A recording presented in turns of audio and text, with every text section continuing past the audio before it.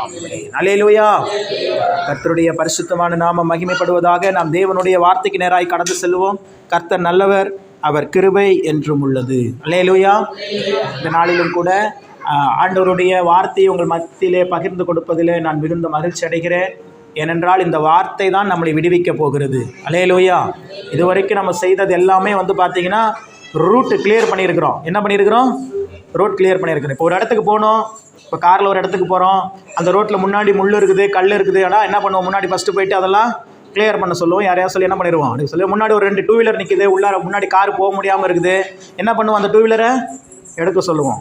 அப்புறம் எடுத்த பிறகு என்ன பண்ணிடலாம்? அந்த இடத்துல போயிடலாம் இல்லையா? எடுக்காமல் போனால் என்ன ஆகும்?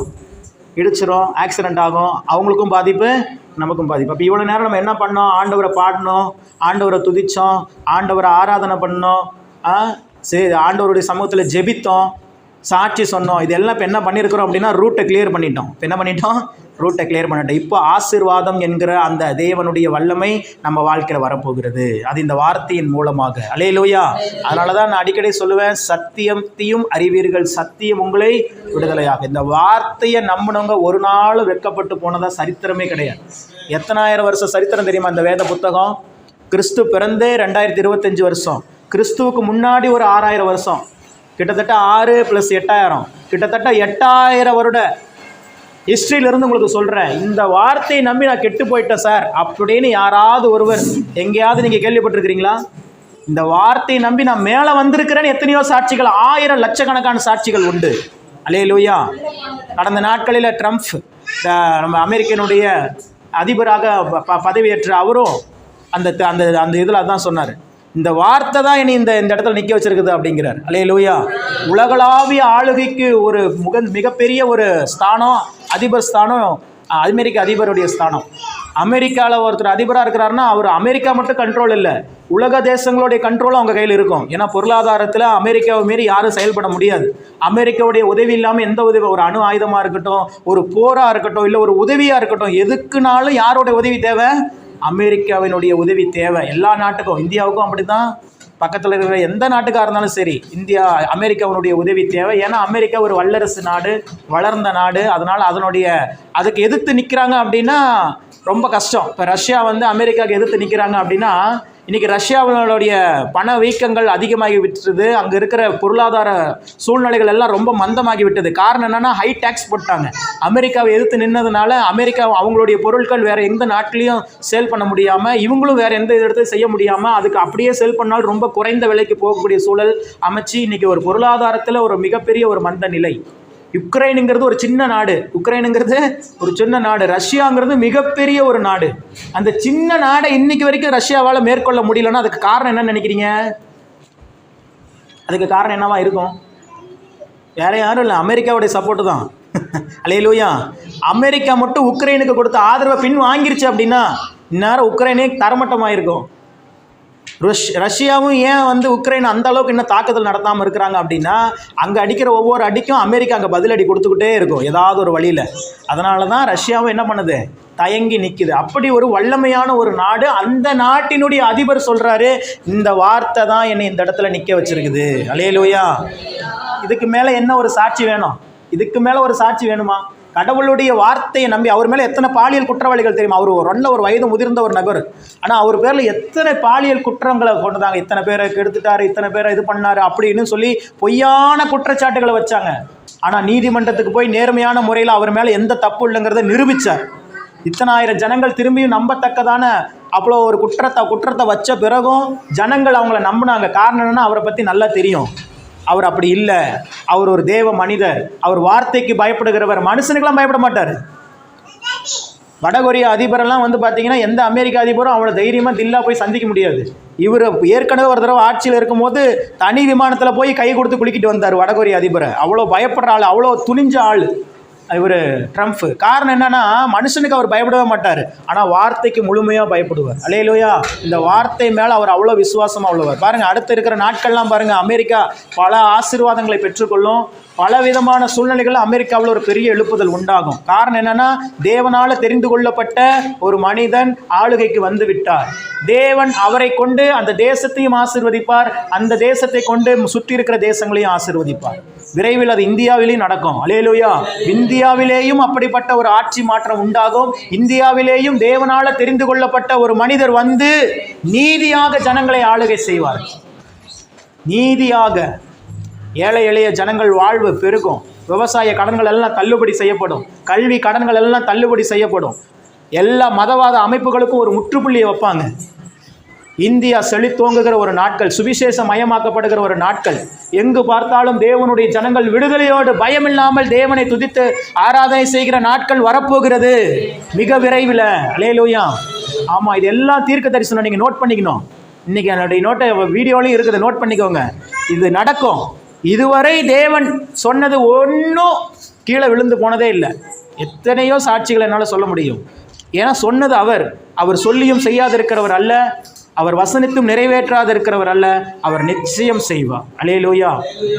இந்த நாளிலே நாம் தேவனுடைய வார்த்தைக்கு நேராக செல்வதற்கு முன்பதாக ஒரு சின்ன ஒரு அவேர்னஸ், ஒரு விழிப்புணர்வை உங்கள் மத்தியில் என்ன பண்ணலான்னு இருக்கிறேன் அப்படின்னா சொல்லலான்னு இருக்கிறேன். இப்போ கடந்த நாட்களில் பார்த்தீங்க அப்படின்னா சேலம் மாவட்டத்தில் நீங்கள் கேள்விப்பட்டிருப்பீங்க. இப்போ அதுக்கு தான் நம்ம ஜெபித்தோம். ஒரு ஒரு ஒரு சேலம் மாவட்டத்தில் முக்கியமான ஒரு பகுதி, அம்மாப்பேட்டைங்கிற ஒரு பகுதியில் ஒரு நிதி நிறுவனம்.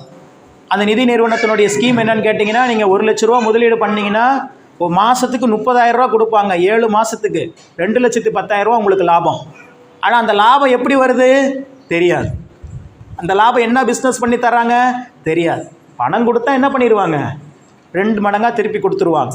ஏழை எளிய ஜனங்களுக்கு 10 ரூபாய்க்கு சாப்பாடு, ரொம்ப கஷ்டப்படுறவங்களுக்கு இலவசமாக சாப்பாடு, ஏழை எளிய பெண்களுக்குடைய வாழ்வாதார முன்னேற்றம் அடைவதற்கு மெழுகுவர்த்தி தொழில், இலவசமாக மெழுகுவர்த்தி தொழில் செய்து கொடுப்பது, பாக்குமட்டை தொழில் பயிற்சி கொடுப்பது, கணினி பயிற்சி கொடுப்பது, குரூப் 4, குரூப் 2, குரூப் 3 அந்த எக்ஸாம்ஸ் எல்லாம் இலவசமாக கோச்சிங் கொடுப்பது, இப்படி பல விதமான நலத்திட்ட உதவிகளை செய்து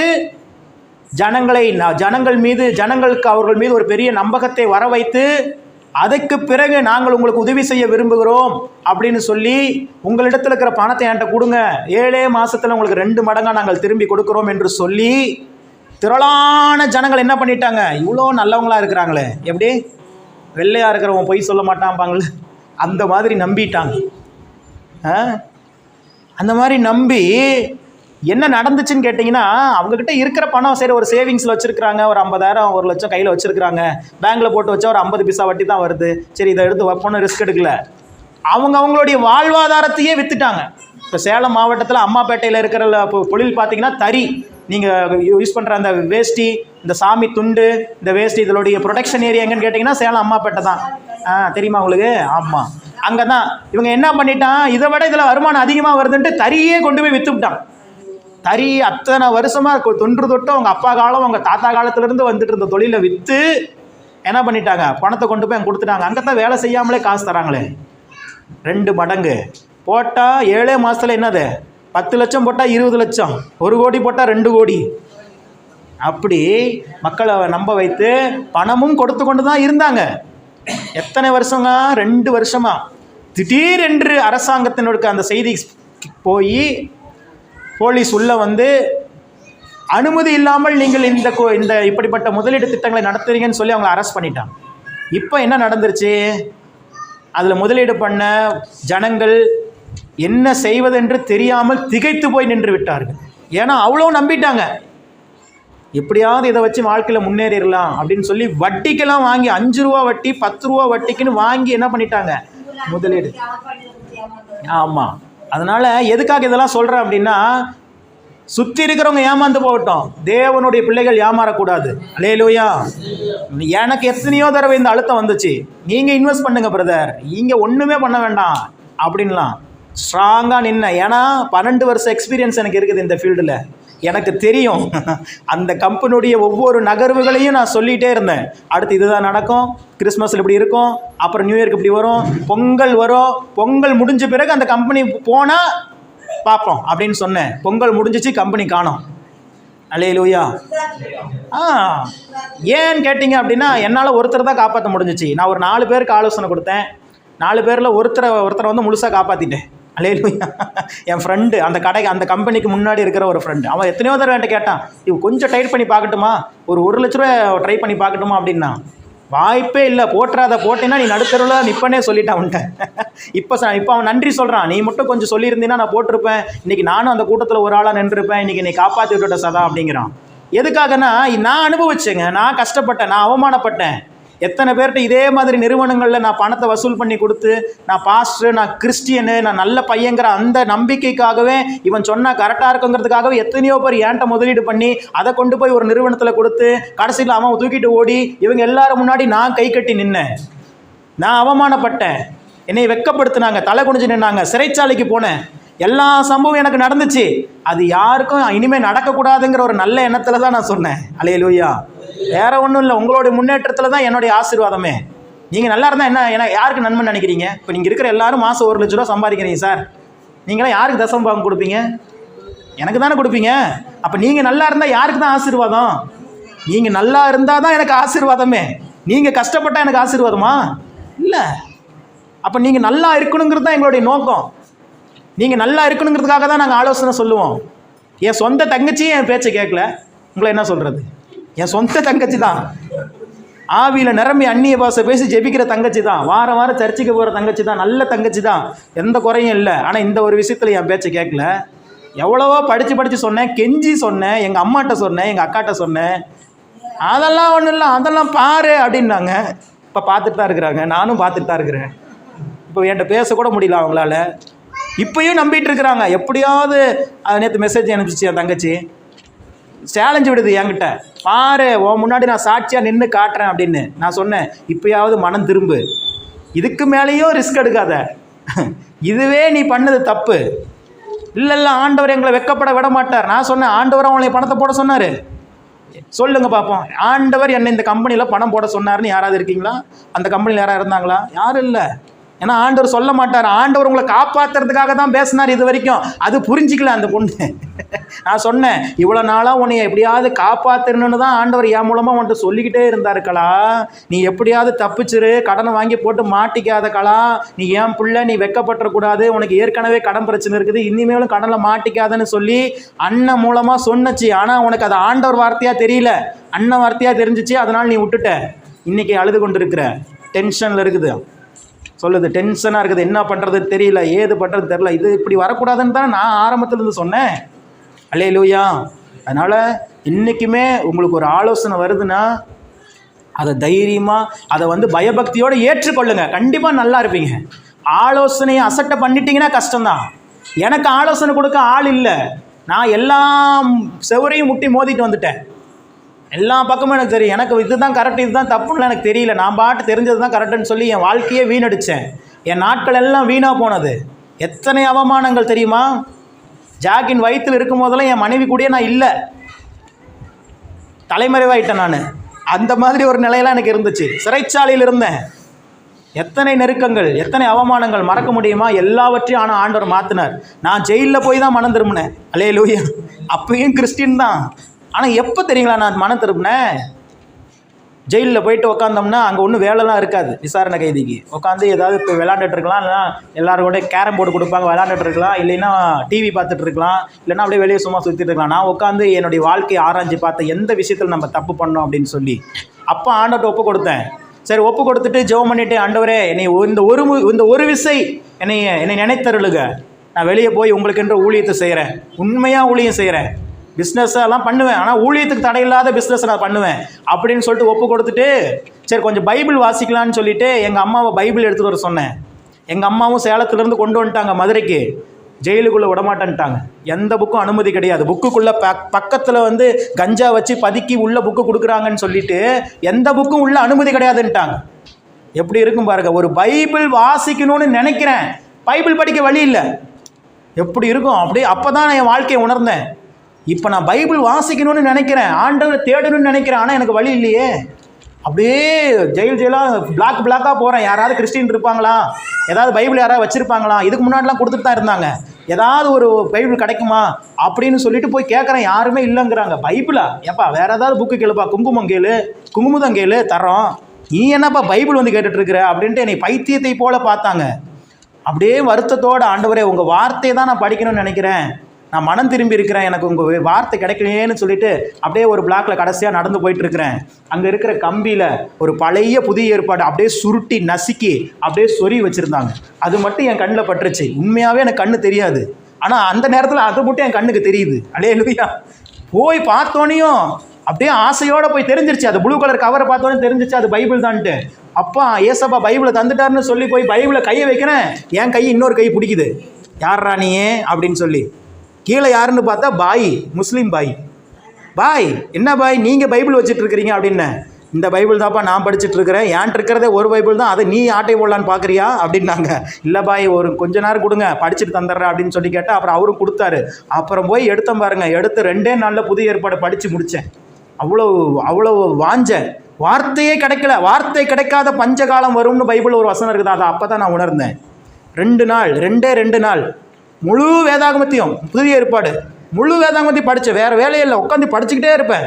காலையில் எந்திரிச்சு சாப்பிட்ற நேரம் போக மீதி படிச்சுக்கிட்டே இருப்பேன். 2 நாளில் பைபிளை படித்து முடித்தேன். ஆண்டவர் சொன்னார், இன்னையிலிருந்து 13வது நாளில் உனக்கு ஒரு வாசல் திறக்கப்படும் அப்படின்னார். 13வது நாள் நான் வெளியே போகிறதுக்கு உண்டான வாய்ப்புகளே இல்லை. அப்படிப்பட்ட ஸ்ட்ராங்கான கேஸ் என் மேலே. கிட்டத்தட்ட எத்தனை கோடி, 7.5 கோடி பணம் நான் டெபாசிட் பண்ணால் தான் நான் வெளியே வர முடியும். எங்கே 7.5 கோடி இருக்குது, அங்கே 7,500 காசு கூட இல்லை வீட்டில். எல்லாத்தையும் எம்டி பண்ணிட்டேன், தாலி கூட கிடையாது, எல்லாத்தையும் விற்று. அவ்வளோ நெருக்கம். என் பிஸ்னஸில் என் கூட இருந்த பார்ட்னர் என்னை ஏமாற்றிட்டு போயிட்டான். அந்த காசை மக்களுக்கு கொடுக்க வேண்டியிருக்க சூழலில் எல்லாமே இழந்துட்டேன். ஒன்றுமே இல்லை, வக்கீல் வைக்கிறதுக்கு கூட காசு இல்லை பார்த்துங்க. இதில் வருவாங்க இந்த மாதிரி அனாதைகளுக்கு, யாருமே இல்லாதவங்களுக்கு கவர்மெண்ட்டே ஒரு வக்கீலை கொடுக்கும் ஃப்ரீயாக, அவங்களுக்காக வாதாடுறதுக்காக. அந்த மாதிரி இந்த வக்கீலில் போய் நான் கையெழுத்து போட்டுட்டு இருந்தேன். எனக்கு யாரும் வக்கீல்லாம் வைக்க மாட்டாங்க, சொல்ல போனால் ஒரு அனாதை மாதிரி தான். நீங்களே எனக்கு வாதாடுங்க ஐயா அப்படின்னு சொல்லிட்டு ஒரு வக்கீல்கிட்ட கையெழுத்து போட்டு கொடுத்துட்டு வந்தேன். அப்படியே ஒரு சூழ்நிலை வந்தது. ஆண்டவர் பார்த்தார், உங்களுக்கெல்லாம் கொரோனாங்கிற ஒரு வியாதி வந்து ஒரு மரணத்தின் வியாதி உங்களுக்கு, எனக்கு அதுதான் ஆசீர்வாதமே. அல்லேலூயா. கொரோனா வந்துச்சு பாருங்க, மதுரை ஜெயிலில் கூட்டத்தை குறைங்கன்னு சொல்லி ஒரு ஆர்டரு.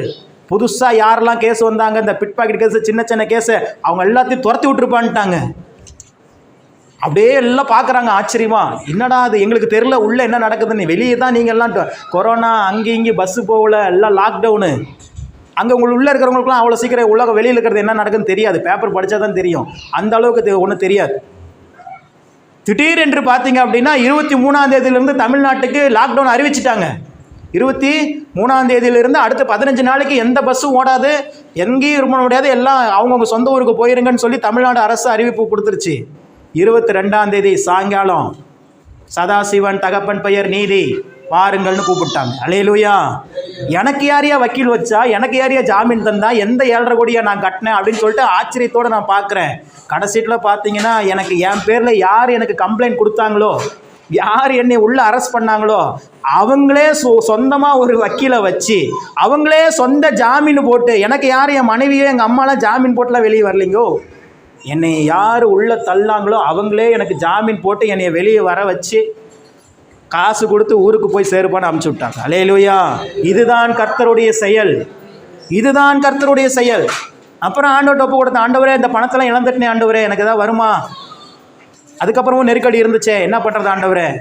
அந்த இடத்துலேருந்து எனக்கு பணம் வரல, அந்த இடம் அடைக்கப்பட்டதாகவே தான் இருக்குது இப்போ வரைக்கும். ஆனால் வேறு வழியில் திரும்பவுமாக எனக்கு ஒரு பிஸ்னஸை கொடுத்து, அந்த பிஸ்னஸில் பணங்களை கொடுத்து இன்றைக்கு அநேகருக்கு ஆசீர்வாதமான ஒரு பாத்திரமாய் தேவன் மாற்றினார். அல்லேலூயா.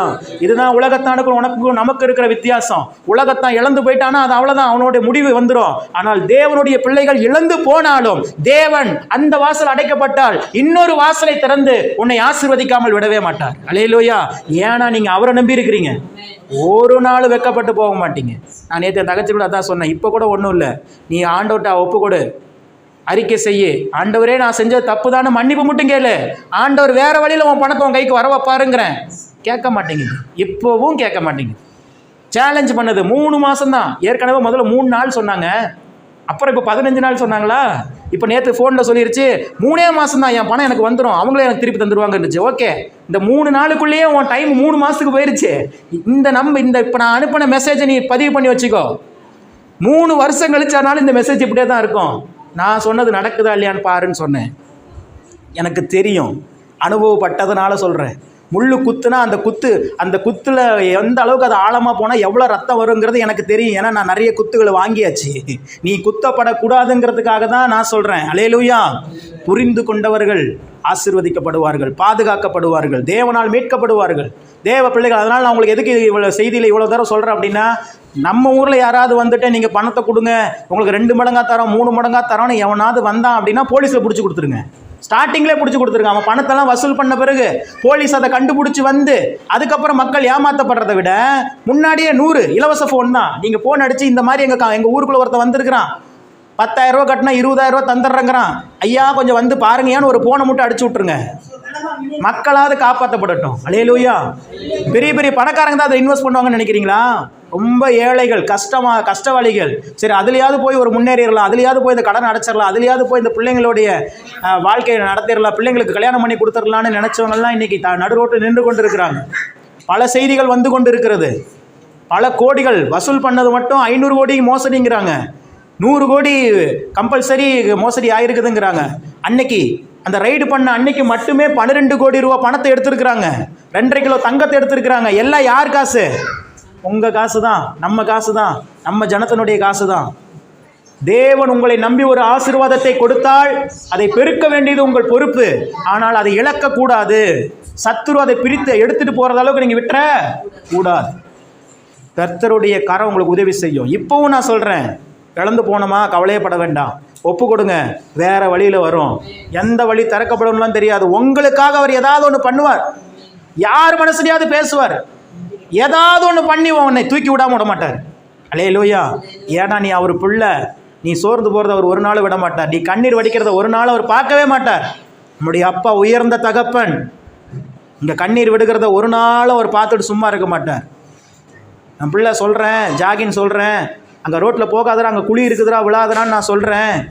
மீறி அவன் போகிறான், குழியில் விழுந்துட்டான், சொந்த தகப்பன் பார்த்துட்டு இருப்பேன். நான் என்ன பண்ணுவேன்? திருப்பி போய் அங்கே போயிட்டு உட்காந்துட்டு நான் சொன்னேன்ல, நீ கேட்கலல்ல, குழியிலே கடனை விட்டுட்டு போயிடுவேனா? நான் மாம்சமும் ரத்தமும் ஓடுகிற சொந்த மாம்சத்தில் இருக்கிற எனக்கே அவ்வளோ வைராக்கியம் புள்ள மேலே இருக்கும் அப்படின்னா, இந்த உலகத்தை படித்து உங்களுக்காக ஒரு சொட்டு ரத்தமும் இல்லாமல் சிந்தி உங்கள் பாவங்களுக்காக உங்கள் சாபங்களுக்காக ஜீவனையே கொடுத்த அந்த தேவன் உங்கள் மேலே வைராக்கியம் பாராட்டுவாரா பாராட்ட மாட்டாரா?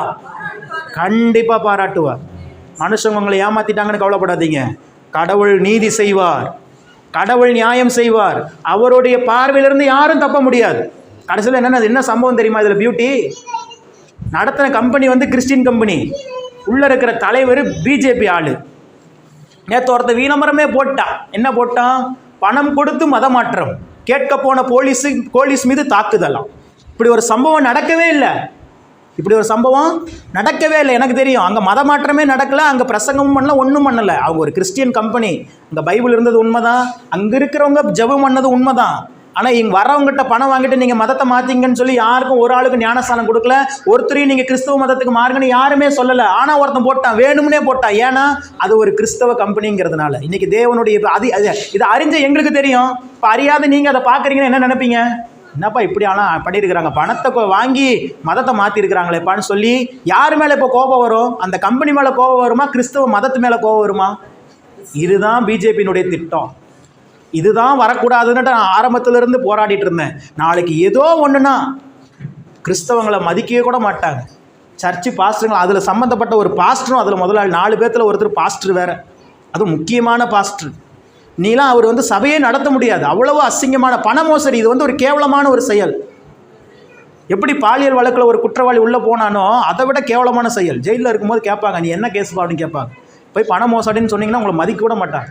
அதே கொலை கேஸுன்னு சொல்லுங்கள், உங்களை பார்த்து கொஞ்சம் தள்ளி நிற்பாங்க, பயம். கொலை கேஸில் உள்ளே வந்திருக்கிறார் ஆள், ஏதாவது ஒன்றா நம்மளை என்ன பண்ணிடுவார், போட்டு தள்ளிடுவாருன்னு. அதே இந்த மாதிரி ஏதாவது ஒரு கேஸில் போய் பாருங்கள், ஐயா பண மோசடியான்பா, இவனமோ யோக்கிய மாதிரி உள்ளே வந்த மாதிரி, நம்மளை என்னமோ இது மாதிரி நினைப்பாங்க. அல்லேலூயா. அவ்வளவு அவமானங்கள் இருக்குது.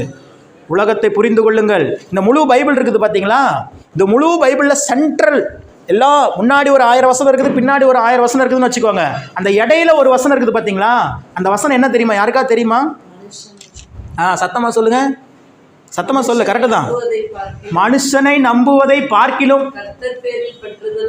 கர்த்தர் பேரில் பற்றுதலாக இருப்பதே நலம். இந்த முழு பைபிளில் இருக்கிற சென்ட்ரல் வார்த்தை எதுன்னு நீங்கள் செக் பண்ணி பார்த்தீங்கன்னா அந்த வார்த்தை இதுதான் வரும். மனுஷனை நம்புவதை பார்க்கிலும் கர்த்தர் மீது பற்றுதலாக இருப்பதே நலம். அப்படின்னா என்ன சொல்றாரு? நாசியில் சுவாசம் உள்ள மனிதன் என்ன பண்ணிடாத, நம்பிராத. அவன் பேசுவான், அவ்வளோதான். அவன் மண்ணு, அவன் என்னது? மண்ணு. மண் என்னதான் செய்யும்? திருப்பி மண்ணுக்கு தான் திரும்பும். கடவுளை மாத்திரம் நம்பியிருங்கள், கடவுள் உங்களை வெட்கப்பட்டு போக விடவே மாட்டார். அல்லேலூயா. இன்றைக்கு ஒரு வசனத்தை வாசிக்கலாம். நீதிமொழிகள் 21ஆம் அதிகாரம் 31ஆம் வசனம். இந்த நாளிலே தேவன் நமக்கு உங்களுக்கு சொல்லும்படியாக எனக்கு பாரப்படுத்தின அந்த வார்த்தை வாசிக்கலாம். நீதிமொழிகள் 21ஆம் அதிகாரம் 31ஆம் வசனம். குதிரை யுத்த நாளுக்கு ஆயத்தமாக்கப்படும், ஜெயமோ கர்த்தரால் வரும். அல்லேலூயா. ஆண்டவர் இந்த நாளிலே உங்களிடத்துல சொல்ல சொன்ன வார்த்தை என்னன்னா, உன் வாழ்க்கையில இது வரைக்கும் நீ நிறைய தோல்விகளை பார்த்துட்ட, உன் வாழ்க்கையில நீ நிறைய ஏமாற்றங்களை வழியா வந்துட்ட, ஆனா இனி உன்னுடைய வாழ்க்கையில ஜெயம் வரப்போகிறது. அல்லேலூயா. ஆண்டவர் உனக்கு ஜெயத்தை தரப்போகிறார். இனி நீ தொடுகிற காரியங்கள் ஒவ்வொன்றிலும் தேவனுடைய கரம் வைக்கப்படும். நீ எதிர்பார்த்த வெற்றியை தேவன் உனக்கு தருவார். உங்களுடைய எல்லா காரியங்களிலும் அவர் உங்க சார்பாக நின்று உங்கள் சார்பாக காரியங்களை வாய்க்க பண்ண போகிறார். அல்லேலூயா. கடந்த நாட்டில் பிரதர் மணிமுத்து சொன்னார் பார்த்தீங்களா, சாட்சி. அது அப்படிதான். செய்யாத ஒரு குற்றத்துக்காக பல வருடங்களாக அலைய வைத்து கொண்டிருந்தாங்க. இதனால எத்தனை சரீர ரீதியாக பாதிப்பு, பண ரீதியாக பாதிப்பு. அவர் போய் வேலைக்கு போனாதான் சாப்பாடு, அப்படி ஒரு வேலை, அப்படி ஒரு சூழ்நிலை. ஆனால் அப்படி ஒரு நிலையிலையும் இப்போவா அப்பவான்னு சொல்லிட்டு போனாங்க. இது கடைசியாக இது வரைக்கும் எத்தனையோ முறை வந்திருக்கிறாங்க, எத்தனையோ முறை போயிருக்கிறாங்க. ஆனால் ஒரு நாள் இது மாதிரி வாட்ஸ்அப்பில் இன்றைக்கி எனக்கு ப்ரேயர் பண்ணுன்னு சொல்லி கேட்டதில்லை, பொதுவாக ஜெபம் பண்ணுவோம், அவ்வளோதான். ஆனால் அன்றைக்கி கேட்டாங்க. கேட்ட உடனேயே நான் சொன்னது இதுதான். அவங்க இன்னும் போய் சேரக்கூட இல்லை. ஆனால் நான் சொன்னேன், இன்றைக்கு உனக்கு விடுதலை தான், இன்றைக்கு எனக்கு விடுதலையின் நாள்னு சொல்லிகிட்டே போமாமா, இன்னைக்கு நீ விடுதலோடு தான் திரும்பி வருவேன்னு சொன்னேன். அப்படியே வந்தான். அல்லேலூயா. அதுதான் வார்த்தை, வார்த்தையினுடைய வல்லமை. நீங்கள் என்ன சொல்கிறீங்களோ அது நடக்கும். உங்களுக்குள்ளே இருக்கிற ஒரு ஆவியானவருடைய வல்லமை அந்த மாதிரி. சுற்றி இருக்கிற ஜனங்கள் பேசுகிற மாதிரி பேசாதீங்க. சுற்றி இருக்கிறவங்களை போய் கேட்டிங்கன்னா என்ன சொல்ல, நல்லா இருக்கிறீங்களான்னு கேட்டால் என்ன சொல்லுவாங்க? ஆனால் ஏங்க நீங்கள் வேறு உடம்பு சரியில்லைங்க, அது பண்ணுறீங்க. ஏன் அவங்க நல்லா இல்லை தெரியுமா? இப்படி பேசுகிறதுனால தான் அவங்க நல்லா இல்லை. இனிமேல் யாராவது உங்களை கேட்டால் நல்லா இருக்கீங்களான்னு கேட்டால், என்னை படைச்ச ஆண்டவர் என் கூட இருக்கிறாரு, அதனால் நான் நல்லா தான் இருக்கிறேன்னு சொல்லி பழகுங்க. உங்கள் வாழ்க்கையில் ஒரு வியாதியும் வராது. என்னையெல்லாம் கேட்டாங்கன்னா நீங்கள் எப்படி பிரதர் இருக்கிறீங்கன்னு கேட்டால் சூப்பராக இருக்கிறேன்னு சொல்லுவேன். அல்லேலூயா.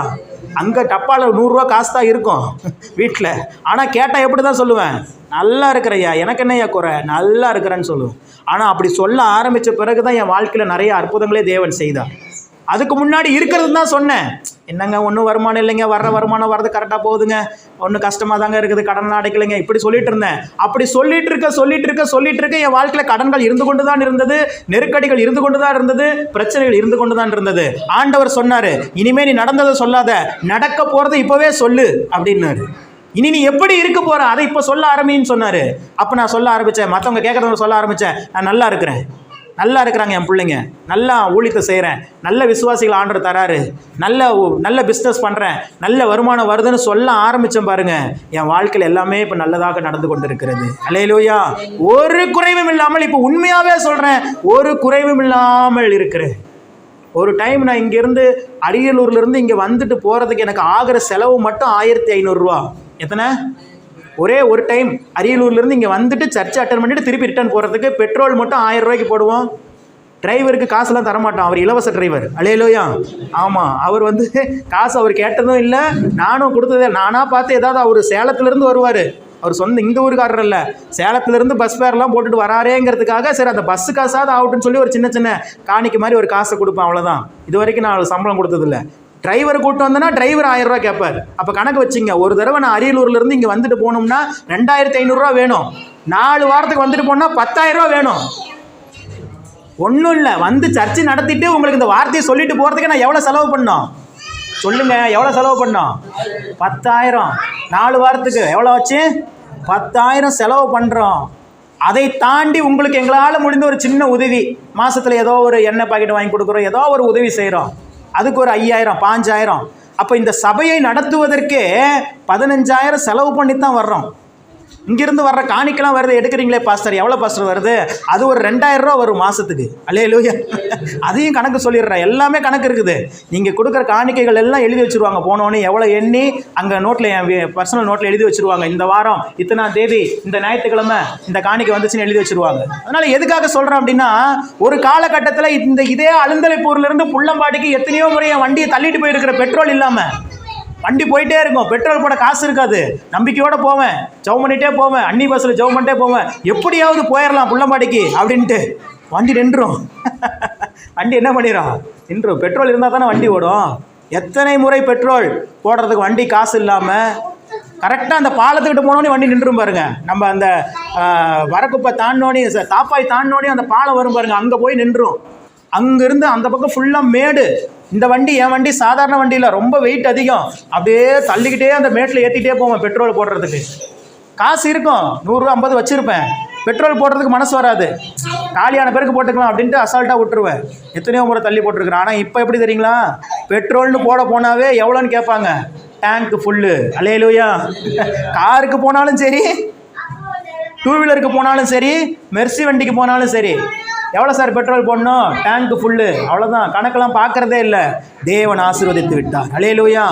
ஒரு சில நேரத்தில் பெட்ரோல் இப்போ வண்டி காருக்கு மட்டும் கம்மியாக போடுவோம். ஏன்னு கேட்டிங்கன்னா, அதை மைலேஜ் செக் பண்ணுறதுக்காக கரெக்டாக 1000 ரூபாய்க்கு போடுவேன் சார். 1000 ரூபாய்க்கு பெட்ரோல் போட்டால் எத்தனை கிலோமீட்டர் மைலேஜ் வருது அப்படின்னு தெரிஞ்சுக்கிறதுக்காக தான். மற்றபடி பெட்ரோல்னு போனாவே டேங்க்கு ஃபுல்லு தான். அப்படி தான் போடுறேன். என்னுடைய வாழ்வை அப்படியாக தேவன் மாற்றினார். காரணம்னா இந்த வார்த்தை தான், வேறு ஒன்றும் இல்லை. இந்த வார்த்தை என்ன பண்ணுச்சு? என்னைய உயர்த்திருச்சு. இந்த வார்த்தை என்னை என்ன பண்ணிருச்சு? இப்போ எனக்கு கடன் இருக்குது. கடன் இல்லைன்னு நினைக்கிறீங்களா? 15 லட்ச ரூபாய்க்கு மேலே எனக்கு பர்சனல் கடனே இருக்குது. என் நகையே 15 லட்ச ரூபாய்க்கு முத்தூட் ஃபினான்ஸில் இருக்குது. மாதம் ஆனால் 15,000 வட்டியை கட்டிட்டு தான் இருக்கிறேன். ஆனால் கடன் இருந்தாலும், நெருக்கங்கள் இருந்தாலும், பிரச்சனைகள் இருந்தாலும், தேவைகள் இருந்தாலும் தேவன் என்னை ஆசீர்வாதமாக வைத்திருக்கிறார். ஏனென்றால் அவர் என் மேய்ப்பர், நான் தாழ்ச்சி அடைவது இல்லை. அல்லேலூயா. என்னை ஆசீர்வதித்த அதே ஆண்டவர் தான் உங்களையும் ஆசீர்வதிக்கணும்னு நினைக்கிறார். எங்களை என் குடும்பத்தை ஆசீர்வதிச்சிருக்கிற அதே ஆண்டவர் தான் உங்கள் வாழ்க்கையை உயர்த்தணும்னு நினைக்கிறார். இப்போ நான் சொல்கிறதுல ஏதாவது ஒன்று பொய்னா எங்கள் வீட்டில் இருக்கிறவங்களை கேட்டுப்பாரு. நான் எவ்வளோ பெட்ரோல் போடுவேன்னு மாமாவுக்கு தெரியும், அவர் டிரைவர், அவர் வண்டி ஓட்டுறாரு, அவருக்கு தெரியும். என் வீட்டில் நான் எப்படி செலவு பண்ணுறேங்கிறது அவங்களுக்கு தெரியும். எங்கள் வீட்டில் என் பிள்ளைங்க, என் மனைவி கேட்டு நான் இல்லைன்னு எதுவுமே மேக்ஸிமம் சொன்னதே இல்லை. இப்போல்லாம் எல்லாமே வாங்கி கொடுத்துட்றேன். ஒரு காலகட்டம் இதே அழுந்தலைப்பூரில் அவன் விளையாண்டுட்டு இருக்கிறானே ஜாகின், அவன் விஷன் மாதிரி இருக்கும் போது 3 ரூபா பிஸ்கெட் பாக்கெட் கேட்டான். சன்ஃபீஸ்ட் பிஸ்கெட் 3 ரூபா பிஸ்கெட் பாக்கெட். அப்பா பிஸ்கெட் பாக்கெட் வாங்கி கொடுப்பான்னா. நான் அப்போ சின்ன வயசு, அப்போ காசு இல்லை. நான் சொன்னேன், எப்பா ஏசாப்பாட்ட ஜெபம் பண்ணு அப்படின்னு சொன்னேன். அப்போ அவன் கேட்பான், நீ அப்பாவா அவர் அப்பாவா அப்படிம்பான். அப்போவே அவனுக்கு அவ்வளோ ஞானம். நான் சொல்லுவேன், நான் உனக்கு அப்பா தான், ஆனால் அவர் தான் எல்லாத்துக்கும் அப்பா, அவர் கொடுத்தா தான் அப்படின்னு சொல்லி அப்போ இருந்தே அவனை பழக்கிட்டேன். இன்றைக்கி பிஸ்கெட் கம்பெனியே அவனுக்கு வச்சு தர முடியும் என்னால். அல்லேலூயா. தேவன் அப்படி ஆசீர்வதிக்க சித்தமுள்ள தேவனாக இருக்கு. எல்லா வழியிலும் போயிட்டு வந்தாச்சுங்க. எல்லா வழியிலும் போயிட்டு வந்தாச்சு. என்ன கஷ்டத்தினுடைய அடிப்பகுதி என்ன எனக்கு தெரியும். 100 ரூபா சம்பாதிக்கிறது எவ்வளோ கஷ்டங்கிறது எனக்கு தெரியும். அதனால தான் மற்றவங்க கஷ்டப்படக்கூடாதுங்கிறதுக்காக நான் நிற்கிறேன். முடிஞ்ச வரைக்கும் போராடுவேன், முடியாத பஸ்ஸில் விட்டுருவேன். ஆண்டவர் அப்படி தான். ஆண்டவர் என்ன பண்ணுவார்னா, முடிஞ்ச வரைக்கும் உங்களை காப்பாற்றுறதுக்கு ஏதாவது ஒன்று பண்ணி உங்களை தடுத்து ஏதாவது பண்ணுவார். அதை மிஞ்சி போய் திமிரி போயிட்டீங்கன்னா விட்டுருவார் கொஞ்சம் நேரம். சரி போப்பா, போயிட்டு வா, நான் வரேன் அப்படின்ட்டு அவர் நிற்பார். நீ போய் விழுந்தோடனே அப்புறம் திருப்பி அவர் தான் வருவார் தூக்கி. ஆனால் அதை விட மேலே கொண்டு போயிடுவார் திருப்பி. அல்லேலூயா. இதுக்கு முன்னாடி நான் பண்ண பிஸ்னஸ்லையும் பல பேர் ஆசீர்வதிக்கப்பட்டாங்க. ஆனால் அதெல்லாம் பொய்யான ஆசீர்வாதம், நிலையற்ற ஆசீர்வாதம். ஆனால் இன்னைக்கு ஒரு பிஸ்னஸை 2 வருஷமாக சக்ஸஸ்ஃபுல்லாக நடத்திட்டு இருக்கிறேன் நான். அல்லேலூயா. இன்னைக்கும் என் கூட இருக்கிறவங்களுக்கு தெரியும் என்கிட்ட எவ்வளோ இன்வெஸ்ட்மெண்ட் இருக்குது, நான் எவ்வளோ பிஸ்னஸ் பண்ணி கொடுக்குறேன், அதை எவ்வளோ எளிமையாக பண்ணி கொடுக்குறேன். ரொம்பலாம் மெனக்கெடுக்கிறது இல்லை. காலையில் லேட்டாக தான் எந்திரிச்சு கொஞ்சம் நேரம் ஜெபம் பண்ணுவேன். ஏசாப்பாட்டை பேசிட்டு நீங்கள் எல்லாம் பார்த்துங்கப்பான்னு சொல்லிட்டு போய் எனக்குன்னு ஒரு சேர் இருக்கும், அங்கே போயிட்டு பாட்டை போட்டுவிட்டு உட்காந்துருவேன். அவ்வளோதான். 3 மணி வரைக்கும் ட்ரேட் பண்ணுவேன். 5000 6000 லாபத்தோடு தான் வெளியே வருவேன். நஷ்டங்களை பார்ப்பதே இல்லை. அல்லேலூயா. ஏன்னா எனக்கு தான் என் கூட இருக்கிறவர் அப்படிப்பட்ட இந்த வார்த்தையை நம்பினேன். நம்மளால் ஒன்றும் இல்லைங்க, அவரால் தான். இன்றைக்கி சொல்கிறேன், உங்களால் ஒன்றும் இல்லை, அவரால் தான் இனி உங்களை ஆசீர்வதிக்க போகிறார். ஜெயமோ சொல்லுங்கள், எனக்கு இனிமே ஜெயம், வெற்றி கர்த்தரால் வரப்போகிறது. இன்னிலிருந்து வெற்றி தொடங்குது. இன்னிலிருந்து ஆசீர்வாதம் எனக்கு தொடங்குது. அல்லேலூயா. இனிமேல் நீங்கள் வெற்றியாளர்கள். இதுவரைக்கும் சத்துரு உங்களை தோல்வியாளர்களாக வச்சுருந்தான், உங்களை ஏமாற்றி கொண்டே இருந்தான். இனி எந்த சத்துரு உங்களை ஏமாற்ற முடியாது. உங்களுடைய வாசல் திறக்கப்பட்டு விட்டது. உங்களுடைய நாட்கள் தொடங்கப்பட்டு விட்டது. நீங்கள் கஷ்டத்தை கண்ட நாட்களுக்கு ஈடாக தேவன் உங்களை களிப்பாக மாற்றப் போகிறார். நிச்சயமாக தேவன் செய்வார், உங்களுக்காக செய்வார். அவர் உங்களை நேசிக்கிறதுனால செய்வார். நீங்கள் என்ன சார் பண்ணிட போகிறோம்? நம்ம என்னங்க செஞ்சிட போகிறோம்? ஒன்றும் செய்ய போகிறதில்ல. அவருக்கு ஒன்றே ஒன்று தான். அவர் செய்யறதுக்கு முன்னாடியே நன்றி சொல்லிடுங்க. உங்களுக்கு ஒரு ரகசியத்தை சொல்லிக் கொடுக்குறேன். ஆண்டவர் சீக்கிரமாக உங்களுக்கு ஒரு அற்புதத்தை செய்யணுமா? ஒன்றே ஒன்று பண்ணுங்க. ஆண்டவரே, நீர் செய்ய போகிற அந்த நன்மைக்காக நன்றி. என் மனைவிக்கெல்லாம் எங்கேயுமே லோனே கிடைக்காது, அப்படி ஆகிப்போச்சு. ஜெபம் பண்ண, ஸ்தோத்திரம் பண்ண, நீர் செய்ய போகிற நன்மைக்காக நன்றின்னு சொன்னேன். வாசல் திறக்கப்பட்டுச்சு. அல்லேலூயா. ஆச்சரியப்பட விதமாக நான் எதிர்பார்த்து தேடி தேடி ஓடி போகும்போதெல்லாம் கிடைக்கல. இப்போ ஃபோன் பண்ணி கேட்குறாங்க. நேற்று கூட ஒருத்தர் ஃபோன் பண்ணி கேட்டாங்க, பர்சனல் லோன் வேணுமா சார் அப்படின்னாங்க. வேணும்னா வாங்கிக்கிறேன், வெயிட் பண்ணுன்னு சொல்லிட்டேன். அல்லேலூயா. நீங்கள் தேடி போன ஆசீர்வாதங்கள் இனி உங்களை தேடி வரும்படி தேவன் செய்வார். ஏன்னா நீங்கள் வல்லமை உள்ளவர்கள். உங்களை நீங்கள் குறைச்சி மதிப்பிடாதீங்க. உங்களுக்குள்ள ஒருத்தர் இருக்கிறார் பாருங்க. அவர் இல்லாதவைகளை இருக்கிறவைகளை போல அழைக்கிறவர். அவர் பரிசுத்த ஆவியானவர். அவர் உங்க கூட இருக்கிற வரைக்கும் ஒருத்தன் உங்களுக்கு முன்னாடி எதிர்த்து நிற்க முடியாது. வசனம் தான் சொல்லுது, நான் தனியாலாம் சொல்லலை. பைபிளில் யோசுவாவுக்கு கொடுக்கப்பட்ட வசனம், ஒருவனும் உனக்கு முன்பாக எதிர்த்து நிற்பது இல்லை. ஒருத்தரும் எதிர்த்து நிற்க முடியாது. அவங்க பேசுகிறாங்க பாஸ்டர், இவங்க இப்படி பேசுகிறாங்க பாஸ்டர், இவங்க என்ன இப்படி நினைக்கிறாங்க, எல்லாத்தையும் விட்டு தள்ளு. கர்த்தர் உன் கூட இருக்கிறார். அவர் உன்னை நல்லா தான் பார்க்குறாரு. அல்லேலூயா. நீ என் பிள்ளைப்பா, நான் உன்னை யாருக்காக விட்டு கொடுக்க மாட்டேன். நான் உன்னை உயர்த்தியே தீருவேன். உன் கடன் பிரச்சனையை மாற்றியே தீருவேன். நீ வேணான்னு சொன்னாலும் சரி, நான் உன் தலையை உயர்த்தாம விட மாட்டேன். ஏன்? நீ என் பிள்ளை. ஓ மூலம் என் நாமம் மகிமைப்படும். புறஜாதி ஜனங்கள் மத்தியில ஓ மூலமா தான் நான் யாருன்னு காமிக்க போறேன். அல்லேலூயா. ஆண்டவர் செய்வார். ஆண்டவர் சொல்லுங்க, ஆண்டவர் செய்வார். எனக்காக செய்வார், கண்டிப்பா செய்வார், எப்படி வேணாலும் செய்வார். ஆமென். அல்லேலூயா. விசுவாசத்தோடு இருங்க. இன்றிலிருந்து உங்களுக்கு ஜெயத்தின் நாள். கண்களை மூடி நாம் செபிப்போம். பரிசுத்தமுள்ள தகப்பனே, உமது நாமத்தை மகிமைப்படுத்துகிறோம், ஸ்தோத்தரிக்கிறோம், வாழ்த்துகிறோம். நீர் பேசின உமது வார்த்தைகளுக்காக நன்றி ஆண்டவரே. உம்முடைய பிள்ளைகளுக்கு ஜெயத்தின் நாட்களை இன்றிலிருந்து நீர் தொடங்கி இருக்கிறீர். இனி உம்முடைய பிள்ளைகள் செல்லுகிற பாதைகள் எல்லாம் செம்மையாக இருக்க போகிறது. கையிட்டு செய்கிற வேலைகள் எல்லாம் ஆசீர்வாதமாக இருக்க போகிறது. எவ்வளவு தோல்விகளை கண்டார்களோ அதற்கு சரிக்கு சரியாக அதைவிட மேலான வெற்றிகளை தந்து இப்படி பிள்ளைகளை உயர்த்த போகிறீர். இவர்கள் இழந்து போன எல்லா நன்மைகளையும் 2 மடங்காக பெற்றுக்கொள்ளும்படி செய்ய போகிறீர். எனக்கு செஞ்சீங்க ஆண்டவரே. தகுதியே இல்லாத எனக்கு செஞ்சீங்க. உங்கள் பிள்ளைகளுக்கு நீங்கள் செய்வீங்க. நான் ஆசீர்வதிக்கிறேன். உங்கள் நாமத்தினால வந்திருக்கிற ஒவ்வொருவருடைய வாழ்க்கையிலும் ஒரு திருப்பு முனை உண்டாகட்டும். இந்த நாளிலே வந்திருக்கிற ஒருவரும் எதர்ச்சியாக இங்கே வரல. தேவன் உங்கள் கரங்களை பிடித்து இங்கே கொண்டு வந்து உட்கார வைத்திருக்கிறார். உங்கள் வாழ்க்கையை மாற்றுவதற்காக, உங்கள் வாழ்க்கையில் இருக்கிற இருள்களை நீக்குவதற்காக, உங்கள் வாழ்க்கையில் இருக்கிற பிரச்சனைகளை மாற்றுவதற்காக அவர் உங்களை அழைத்து வந்தார். அழைத்தவர் முடிவு பரியந்தமும் நடத்த உண்மையுள்ள தேவனாக இருக்கிறார். ஆசீர்வதிக்கிறேன், பொறுப்படுத்திக் கொள்ளும். இயேசு கிறிஸ்துவின் நாமத்தில் ஜெபித்தோம் நல்ல பிதாவே. அல்லேலூயா.